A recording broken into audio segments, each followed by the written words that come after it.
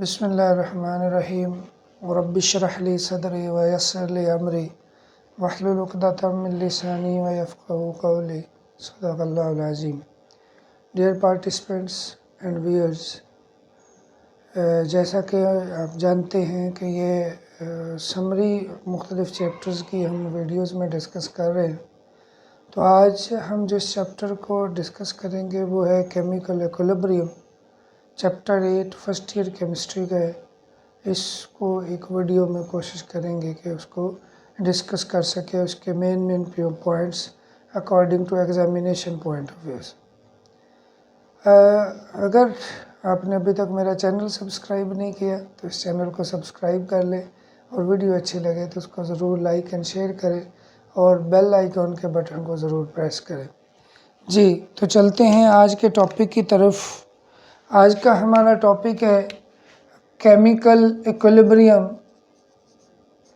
ये चैप्टर भी इसी नाम से ही है। इसके अंदर जो मेन चीज़ें हमने देखनी है, मेन पॉइंट्स कौन कौन से होते हैं, जिन चीज़ों को हम इसमें डिस्कस करेंगे उसमें सबसे पहली चीज़ जो है वो है रिवर्सिबल एंड इरिवर्सिबल रिएक्शंस। ये आप जानते ही हैं कि कुछ रिएक्शंस ऐसे होते हैं कि जो रिएक्टेंट्स जो होते हैं वो प्रोडक्ट में चेंज होते हैं।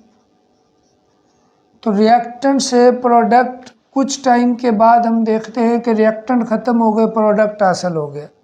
लेकिन कुछ ऐसे रिएक्शंस भी होते हैं जिसमें वो 10 मिनट चले, वो घंटों चले, वो दिनों चले, वो महीनों चले, उनको अगर डिस्टर्ब ना किया जाए तो उसमें कभी भी रिएक्टेंट ख़त्म नहीं होता। क्यों नहीं ख़त्म होता ये बाद में पता चला। जब हमने उसको स्टडी किया तो हमें पता चला कि एक्चुअली वो रिएक्शन जो है वो रिवर्सिबल रिएक्शंस होते हैं। तो रिवर्सिबल रिएक्शन वो रिएक्शन जिसमें रिएक्टेंट प्रोडक्ट में कन्वर्ट होता है और प्रोडक्ट वापस रिएक्टेंट में कन्वर्ट होता है। एक्चुअली हुआ ये कि हमने एक रिएक्शन लिया, सपोज उसमें रिएक्टेंट लिए और हमने उस रिएक्टेंट का रिएक्शन स्टार्ट किया तो प्रोडक्ट बनना शुरू हो गया। थोड़ी देर बाद हमने देखा रिएक्टेंट की कुछ अमाउंट कम हो गई है, फिर हमने देखा रिएक्टेंट की मज़ीद कुछ अमाउंट कम हो गई है। एक ऐसा वक्त आया कि उसके बाद रिएक्टेंट की अमाउंट कम नहीं हो रही थी। इसका मतलब ये था और प्रोडक्ट भी जितना बनना था बन गया, रिएक्टेंट जितना कंज्यूम होना था हो गया। हमने उसको उसके बाद फिर थोड़ा सा टाइम दे के देखा, फिर और ज़्यादा टाइम दे के देखा। वो रिएक्शन में वो रिएक्टेंट और प्रोडक्ट की अमाउंट जितनी चेंज होनी थी वो हो चुकी थी। उसके बाद उसको कई दिन तक भी रखा तो उसके अंदर वो चेंज नहीं आई। तो इसका मतलब दो पॉसिबिलिटीज़ थी वहाँ पे।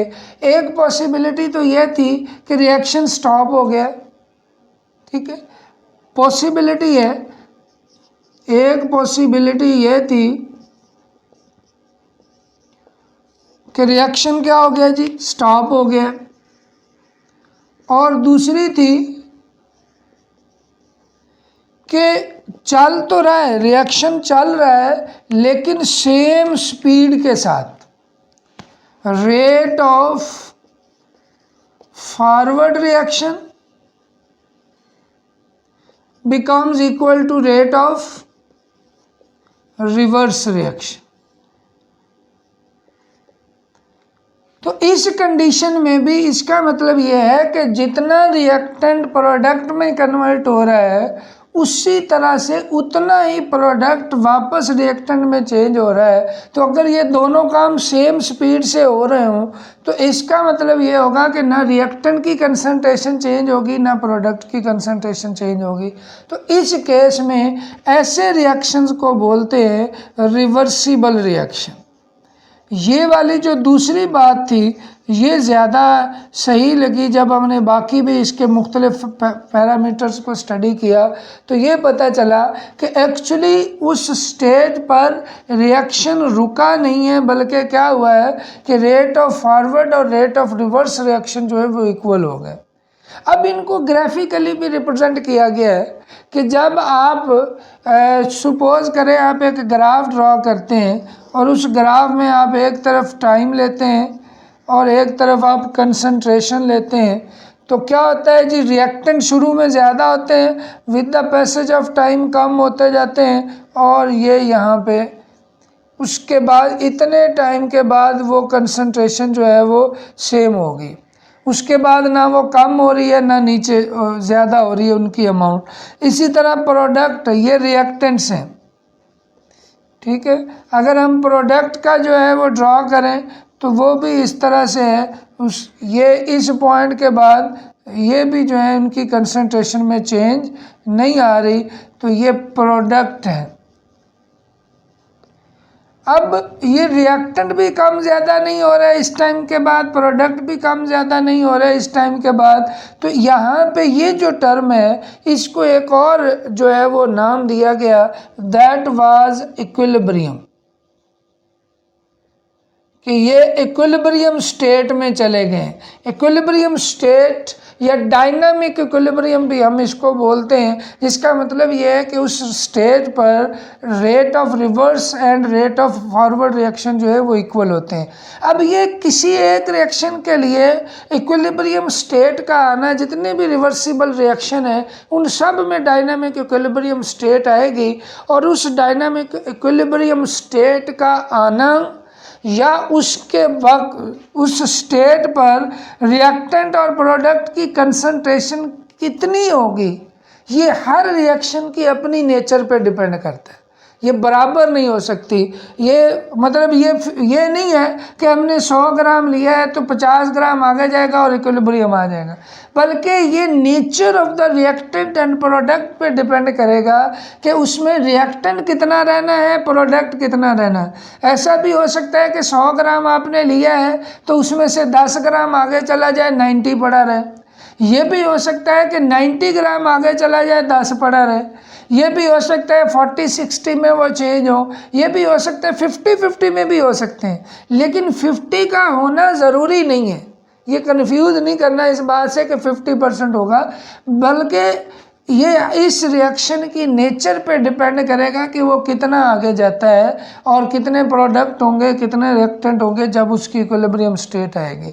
हाँ, जब इक्विलिब्रियम स्टेट आ जाएगी उसके बाद प्रोडक्ट की कंसंट्रेशन और रिएक्टेंट की कंसंट्रेशन चाहे वो जितनी भी थी, वो चाहे 10 ग्राम थी, 20 ग्राम थी, 50 ग्राम थी, 90 ग्राम थी, जितनी भी थी, चाहे वो रिएक्टेंट की थी चाहे वो प्रोडक्ट की थी, वो क्या हुई, कांस्टेंट होगी। मतलब इक्विलिब्रियम स्टेट आने के बाद उसकी कंसंट्रेशन में चेंज नहीं आएगी, चाहे वो रिएक्शन महीनों सालों चलता जाए, अगर हम उसको डिस्टर्ब नहीं करेंगे। ठीक है, तो ये कुछ टर्म्स थी। एक इसमें नेक्स्ट इसके अंदर जो है जी लॉ ऑफ मास एक्शन है, ये बड़ा इम्पोर्टेंट है। Law of mass action definition आपको पता ही होगी।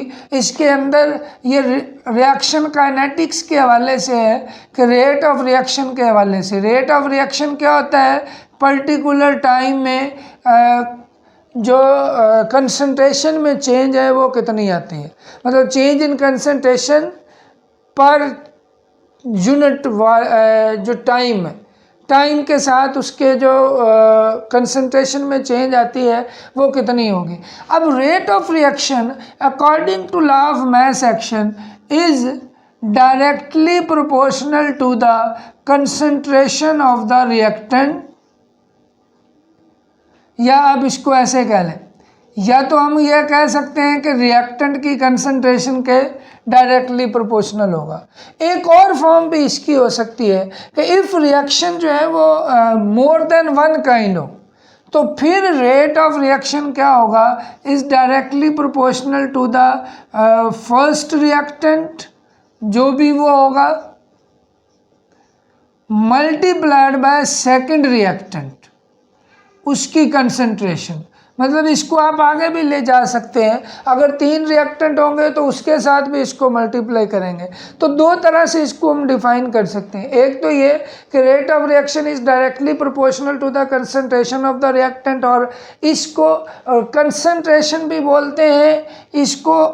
इसके लिए मुख्तलिफ टर्म है। एक तो कंसंट्रेशन हम तो कह लें, एक मोलर कंसंट्रेशन भी कह देते हैं, एक इसको एक्टिव मैस भी कह देते हैं, ठीक है। तो ये तीनों जो है वो सेम टर्म है इसके लिए स्पेशली। तो हम ये कहते हैं कि rate of reaction is directly proportional to the concentration of reactant, या molar concentration of the reactant, या active masses of the reactant. दूसरा क्या है, rate of reaction is directly proportional to the product of the molar concentration और active masses of the reactant. उस case में होता है जब रिएक्टेंट आपके एक से ज़्यादा किस्म के होते हैं। अब फॉर एग्जांपल आपके पास एक रिएक्शन है A+B, ये रिएक्ट करता है C और D बनाते हैं। ये रिवर्सिबल रिएक्शन है जिसको हम डबल एरो से शो करते हैं। जो इरिवर्सिबल रिएक्शन होते हैं उसको हम सिंगल एरो से शो करते हैं, ये डबल एरो से शो किया जाते हैं। अब इसके अंदर अगर हम रेट ऑफ रिएक्शन अप्लाई करें तो ये 2 किस्म के रिएक्शन है इसके अंदर, एक फॉरवर्ड और एक रिवर्स या बैकवर्ड।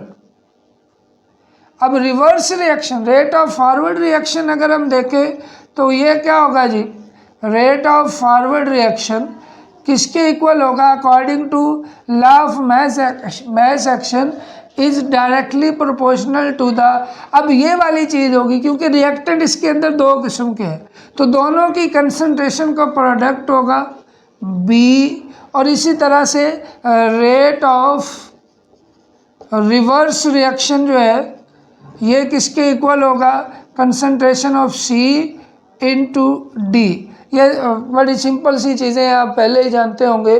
क्या होता है, रेट ऑफ फॉरवर्ड और रिवर्स रिएक्शन इक्वल होंगे तो ये चीज़ें भी इक्वल होंगी।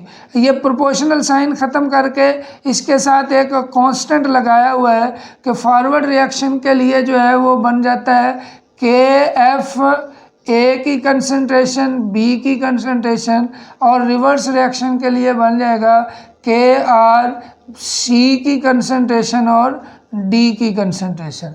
अब इक्विलिब्रियम स्टेट पे क्या होता है, ये दोनों इक्वल होती हैं। इक्वल होंगे तो KF will be equal KF A into B की कंसंट्रेशन, और KR जो है वो C की कंसंट्रेशन इंटू D की कंसंट्रेशन, ये इक्वल हो जाएंगे। KF ओवर KR दोनों कांस्टेंट एक साइड पे ले आए तो C इंटू D की concentration over A into B की कंसंट्रेशन, और इसमें ये दोनों कांस्टेंट के बजाय एक ही कांस्टेंट यूज़ कर लेते हैं KC, जो कि इक्वल होता है C की कंसंट्रेशन, D की कंसंट्रेशन ओवर A की कंसंट्रेशन एंड B की कंसंट्रेशन। इसको हम सिंपली ये इस तरह से भी लिख सकते हैं कि it is equal to the product concentration of product over concentration of reactant. तो ये हमें यहाँ से कोई भी रिएक्शन हमारे पास लिखा हुआ हो तो उसकी KC की वैल्यू हम निकाल सकते हैं कि प्रोडक्ट की कंसंट्रेशन जो होगी वो ऊपर लिखेंगे, रिएक्टेंट की कंसंट्रेशन नीचे लिखेंगे। इसको बोलते हैं equilibrium constant. Very very important term है, बहुत ज़्यादा यूज़ होती है। इसके आगे एप्लीकेशन भी हम देखेंगे। इक्विलिब्रियम कांस्टेंट और इक्विलिब्रियम कांस्टेंट जो है ये इससे हमें पता चलेगा कि कितनी उनकी रेशो है प्रोडक्ट की कंसंट्रेशन की और रिएक्टेंट की कंसंट्रेशन की, इक्विलिब्रियम स्टेट पे क्या रेशो है। अब एक और चीज़ देखें, यहाँ पे मैंने ग्राफ बनाया। शुरू में इस ग्राफ के अंदर ज़्यादा स्लोप आ रहा था, ये ज़्यादा तेज़ी से चेंज आ रही थी, लेकिन जैसे जैसे टाइम गुजर रहा है वो चेंज कम होती जा रही है और यहाँ पे आके वो चेंज कांस्टेंट ही होगी।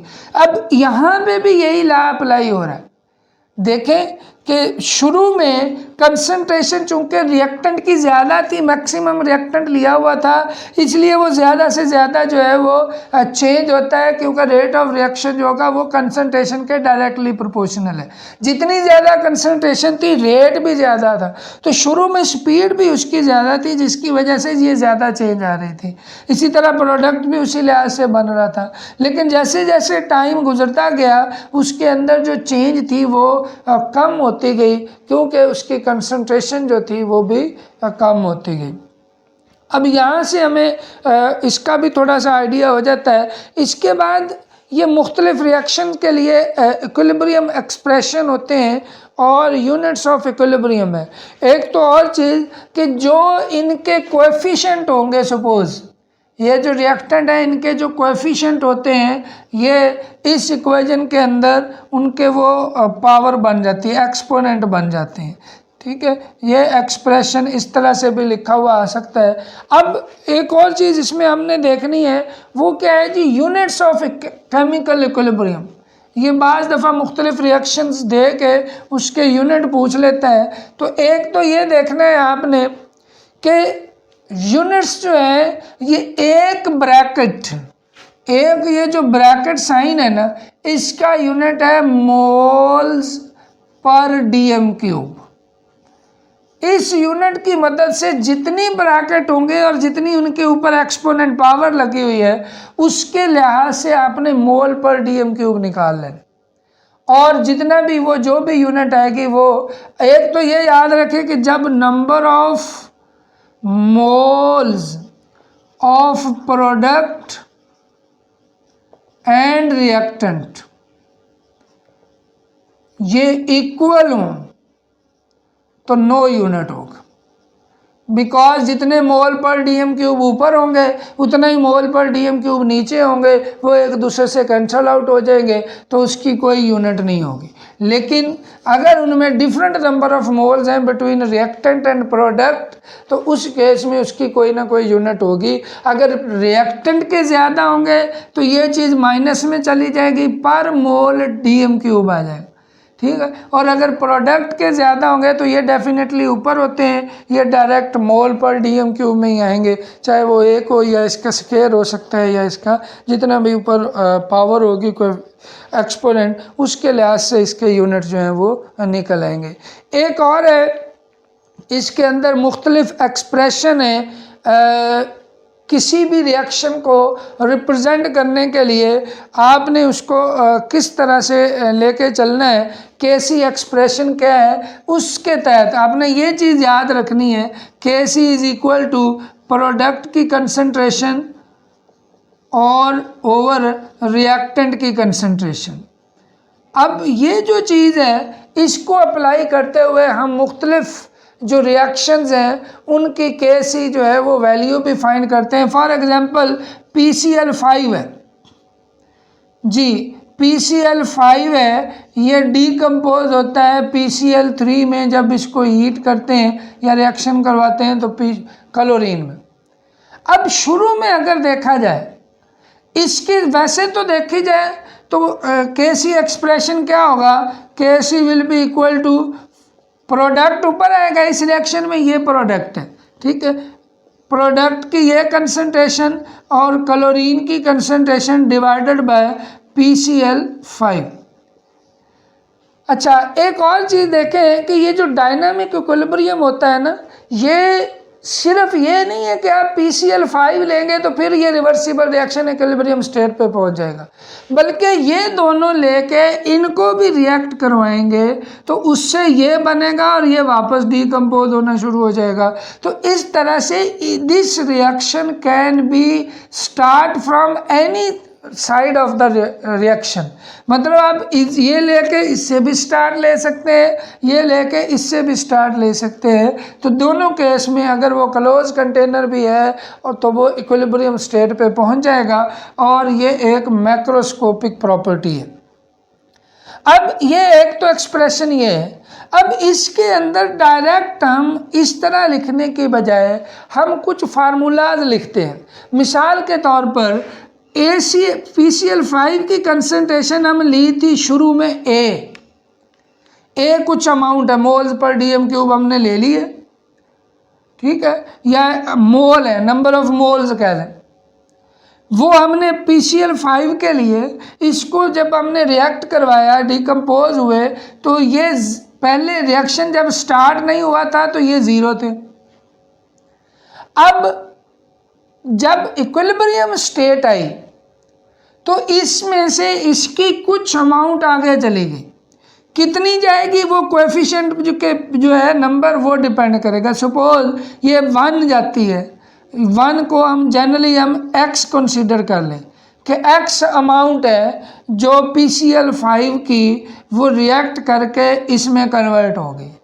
अब ये कितना बनेगा, ये कितना बनेगा, ये कितना बनेगा, ये हमें बैलेंस इक्वेशन से पता चलना है, उसके कोएफिशिएंट से पता चलना है कि अगर इसका 1 हो तो ये कितना बनेगा, ये भी 1 बन रहा है, ये भी 1 बन रहा है, ये बैलेंस इक्वेशन ये शो कर रही है। अगर यहाँ पे 2 होता तो यहाँ भी वो वेरी कर जाता, ये भी 2 होता, ये भी 2 होता। तो इस लिहाज से इस कोएफिशिएंट नंबर से हमें पता चलना है कि इक्विलिब्रियम स्टेट तक आते हुए वो कंज्यूम कैसे होता है। अब इसकी अगर वैल्यू x है तो हम 1 है तो हमने सिर्फ x लिख दिया, 2 होती तो हम 2x लिख देते हैं, मतलब कोई भी अमाउंट है, अभी हमें पता तो नहीं ना कि कितनी आगे गई, इसलिए हम उसको x कंसिडर कर रहे हैं, ठीक है। अगर 3 होता तो 3x कह लेते कि ये आगे जाएगी। अब जो ये बनेगी वो x है और ये कितनी बनेगी, ये भी x, मतलब ये x की टर्म जो है ना हमने बैलेंस इक्वेशन को देखते हुए यूज़ की है। अब इसके x मोल कंज्यूम होंगे तो जितनी असल थी उसमें से x चला गया, बाकी जो बचेगी वो कैसे लिखेंगे, a माइनस एक्स, क्योंकि हमें तो अमाउंट चाहिए ना जो इक्विलिब्रियम स्टेट पे होती है, तो हमने वो अमाउंट लेनी है कि जो बाकी बची पड़ी है, जो आगे चलेगी वो तो प्रोडक्ट बन गया। इसी तरह ये x बना है, ये x पड़ा है, ये है इक्विलिब्रियम कंसंट्रेशन। कौन सी कंसंट्रेशन है जी, इक्विलिब्रियम। इक्विलिब्रियम पे सपोज इतना आ गया। अब हम ये मोल्स हैं तो वॉल्यूम, क्योंकि कंसंट्रेशन यूनिट हमारे पास क्या है, मोल पर डीएम क्यूब, मोल है तो हम इसको वॉल्यूम पे डिवाइड कर लेते हैं, तो ये हमारे पास जो है वो एक एक्सप्रेशन आ जाएगा जिसमें मोल पर डीएम क्यूब आप कह सकते। अब इस फार्मूला को, इन एक्सप्रेशन को इस फार्मूला में पुट करें तो ऊपर क्या बचेगा, x/v PCl3 के लिए, फिर इसके लिए x/v। अच्छा, अब आपने ब्रैकेट, वो बड़ी वाली ब्रैकेट नहीं डालनी, बड़ी वाली ब्रैकेट का मतलब मोल्स पर डीएम क्यूब है, और यहाँ पे आप डायरेक्ट मोल्स पर डीएम क्यूब ही लिख रहे हैं, तो फिर आप वो ब्रैकेट डालने की ज़रूरत नहीं है।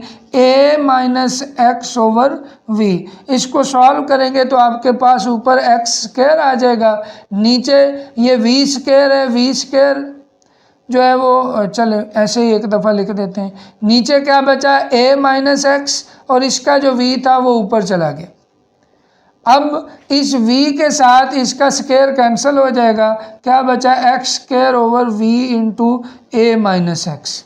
तो ये हमारे पास जो एक्सप्रेशन है, ये एक्सप्रेशन है जो कि PCl5 का है। इसी तरह हम अमोनिया का लिख सकते हैं, इसी तरह से हम कोई भी हमें रिएक्शन दिया हुआ हो तो ये MCQ बन सकता है कि वे एक रिएक्शन दे दे और वो इस तरह की ऑप्शन बना के दे दे कि इसका बताएं एक्सप्रेशन कौन सा है, तो ये आपने इस तरह से लिखना बड़ा ही ईजी है, इतना कोई वो कॉम्प्लिकेटेड नहीं है।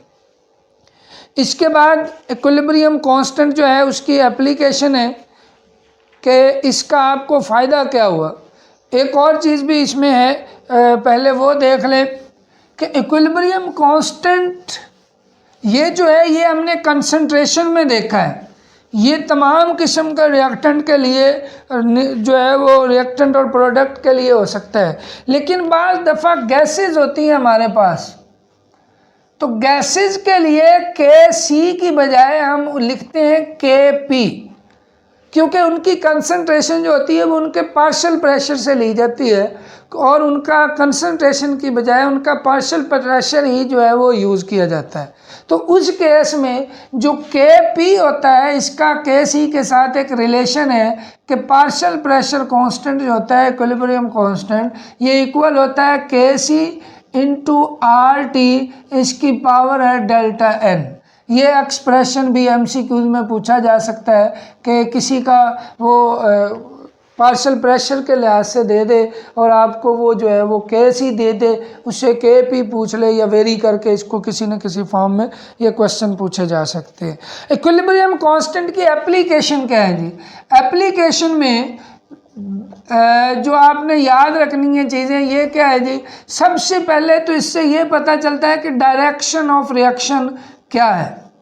मसलन एक रिएक्शन आपने स्टार्ट करवाया, अब क्या वो इक्विलिब्रियम पे पहुंच गया है या नहीं पहुंचा, वो किस स्टेटस उसका क्या है, क्या वो इक्विलिब्रियम पे पहुंच गया है, अगर नहीं पहुंचा तो क्या वो फॉरवर्ड चल रहा है या वो रिवर्स चल रहा है। इसका पता हमें किससे पता चलना है? के सी की वैल्यू से। एप्लीकेशन ऑफ के सी इक्विलिब्रियम कांस्टेंट कैसे पता चलता है जी? एक वैल्यू है जो हम एक्सपेरिमेंटली खुद निकालते हैं, के सी की वैल्यू है जो हम खुद निकालेंगे।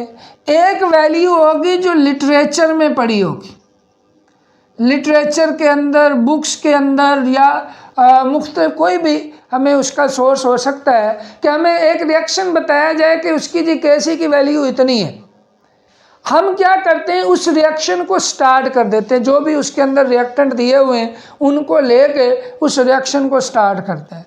अब हम सपोज 2 मिनट के बाद चेक करते हैं कि हमारे रिएक्शन का स्टेटस क्या है, तो हम क्या करेंगे, उसके अंदर जो प्रोडक्ट होंगे उसकी कंसंट्रेशन भी कैलकुलेट कर लेंगे और रिएक्टेंट होंगे उसकी कंसंट्रेशन भी कैलकुलेट कर लेंगे। अब उनकी रेशो से, क्योंकि हमें पता है के सी किसके इक्वल होता है, प्रोडक्ट की कंसंट्रेशन ओवर रिएक्टेंट की कंसंट्रेशन। जब हम जो निकालेंगे, खुद हम जो काम कर रहे हैं उस सैंपल के अंदर, उसमें से सैंपल लेके प्रोडक्ट मालूम कर लिया, रिएक्टेंट मालूम कर लिए, उन वैल्यू को यहाँ पुट कर दिया। पुट करने के बाद आंसर आया, उस आंसर को कंपेयर करना है लिटरेचर वैल्यू से।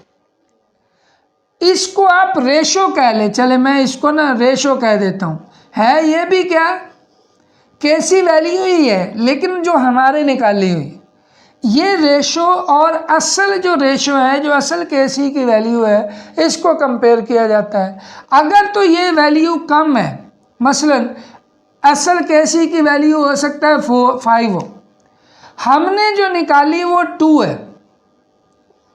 अब याद रखें 2 ने 5 पे जाना है, क्योंकि किसी भी रिएक्शन के लिए इक्विलिब्रियम कांस्टेंट की वैल्यू वही है जो लिटरेचर में दी गई। इस 2 ने 5 पे जाना है, फिर इक्विलिब्रियम पे आएगा।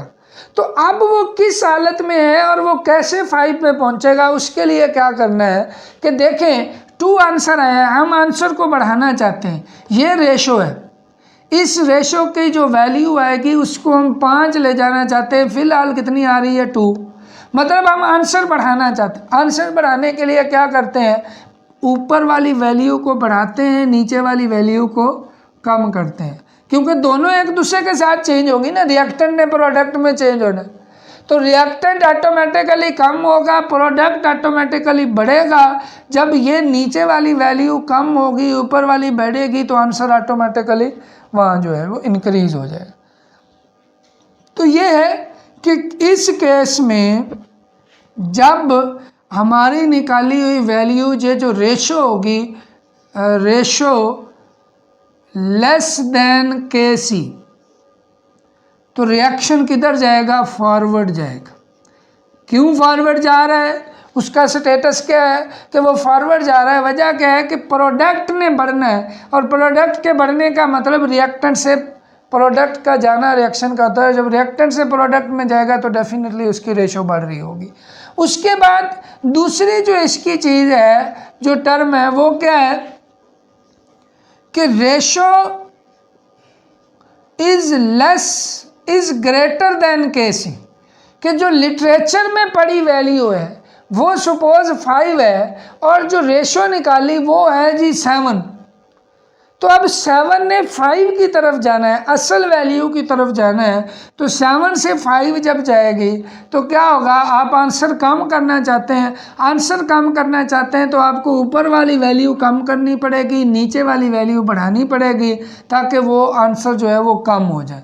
तो उस केस में आप क्या करेंगे, रिएक्शन किसको तरफ, नीचे वाली वैल्यू अगर बढ़े ऊपर वाली कम हो तो रिएक्टेंट की बजाय, रिएक्टेंट से प्रोडक्ट की बजाय रिएक्शन किधर जा रहा होता है, उस वक़्त किधर को ज़्यादा चलेगा, वापस ज़्यादा चलेगा, क्योंकि हमने रिएक्टेंट बढ़ाना है और प्रोडक्ट कम करना है ताकि आंसर हमारा बढ़े और वो आंसर हमारा कम हो और हम वो एक्चुअल KC की वैल्यू के बराबर पहुंच जाए। और अगर रेशो, इस केस में क्या होगा जी, रिवर्स जाएगा रिएक्शन। और तीसरी है कि रेशो जो है अगर वो इक्वल हो KC के, तो इसका मतलब ये है कि जितनी लिटरेचर में इक्विलिब्रियम कांस्टेंट की वैल्यू थी वो क्या थी, जब इक्विलिब्रियम पे पहुंच गया तो उस वक़्त जो निकाली गई थी वो और हमारी निकाली हुई वैल्यू इक्वल हो, तो इसका मतलब ये है कि रिएक्शन जो होता है वो इक्विलिब्रियम पे होता है। रिएक्शन एट इक्विलिब्रियम होगा अगर वो दोनों वैल्यूज़ इक्वल होती हैं। दूसरी चीज़ जो इसकी एप्लीकेशन में आती है वो है एक्सटेंट ऑफ रिएक्शन, कि कितना रिएक्शन जो है वो आगे प्रोसीड होता है।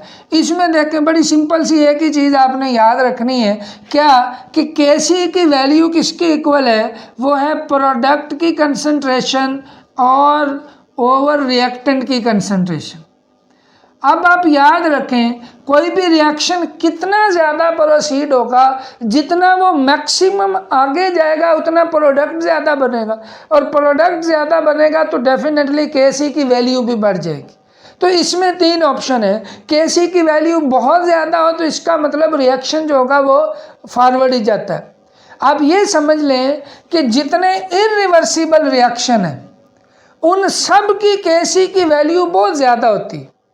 यही वजह है कि उसमें रिएक्टेंट सारा का सारा प्रोडक्ट में चला गया। इरिवर्सिबल होते हैं, जब रिएक्टेंट 0 हो गया तो प्रोडक्ट होगा मैक्सिमम वैल्यू उसकी आ जाएगी। लेकिन जैसे जैसे उसके अंदर वो कम जाएगा, एक्सटेंट ऑफ रिएक्शन कम होगा कि कम आगे फॉरवर्ड जाता है, तो KC की वैल्यू भी कम होती जाएगी। तो इसलिए अगर KC की वैल्यू बहुत ज़्यादा है तो फॉरवर्ड जाता है, KC की वैल्यू कम होती है तो कम फॉरवर्ड जाता है, और बहुत कम हो तो इसका मतलब ये है कि वो बहुत कम फॉरवर्ड जाता है, बहुत कम जो है वो आगे प्रोडक्ट बनाएगा अगर KC की वैल्यू बहुत कम हो तो इस तरह से हमें ये आइडिया हो जाता है कि कोई भी रिएक्शन कितना रिएक्टेंट से आगे प्रोडक्ट में कन्वर्ट होगा वो हम KC की वैल्यू से, इक्विलिब्रियम कांस्टेंट की वैल्यू से पता लगा लेते हैं। इसके बाद जो एप्लीकेशन के बाद ये बड़ी इंपॉर्टेंट चीज़ें हैं, ली शैटलियर प्रिंसिपल, किसी न किसी तरह से इसको ज़रूर पूछ लेता है। ली शैटलियर्स प्रिंसिपल, ये प्रिंसिपल क्या कहता है कि अगर रिएक्टेंट है और वो प्रोडक्ट के साथ इक्विलिब्रियम स्टेट पे पहुंच चुका है, तो अगर आप इक्विलिब्रियम स्टेट आई हुई है, अगर आप इसको डिस्टर्ब करते हैं कि इस तरह से डिस्टर्ब करते हैं तो वो इक्विलिब्रियम में नहीं रहता। ऐसा डिस्टर्ब करना कि उसका इक्विलिब्रियम ख़त्म हो जाए, इक्विलिब्रियम पे ना रहे, तो फिर क्या होता है कि ये रिएक्शन फिर से मूव करना शुरू कर देता है, चाहे वो फॉरवर्ड जाए चाहे वो रिवर्स जाए, और उसकी मूवमेंट इस तरह की होती है कि वो दोबारा से फिर इक्विलिब्रियम को जो है वो अटेन करने की कोशिश करता है। मसलन आप ये समझ लें कि ये जो है ये इक्विलिब्रियम पे है, ठीक है, अगर मैं इसको डिस्टर्ब कर भी देता हूँ तो ये दोबारा से फिर इक्विलिब्रियम पे आ जाएगा, इधर डिस्टर्ब करता हूँ फिर भी इधर आ जाएगा, इधर को छोड़ता हूँ तो फिर भी इधर आ जाएगा। तो इट्स मीन ये इक्विलिब्रियम पे जब कोई रिएक्शन होगा, according to Le Chatelier principle, if a stress is applied on that system which is at equilibrium, ठीक है, the reaction will act in such a way that it nullify the effect of that stress, कि वो उस stress के, उस disturbance के effect को nullify करने के लिए बिहेव करता है। अब वो इफेक्ट कौन कौन से हैं जिससे इक्विलिब्रियम डिस्टर्ब हो सकता है और वो फिर दोबारा से इक्विलिब्रियम पे कैसे पहुंचता है, जिसमें सबसे पहले है effect of concentration. Effect of concentration के लिए सिर्फ इतनी सी बात आपने याद रखनी है कि जैसे दो कंटेनर हों और उनके अंदर लिक्विड हो और दोनों कंटेनर आपस में लिंक्ड हो,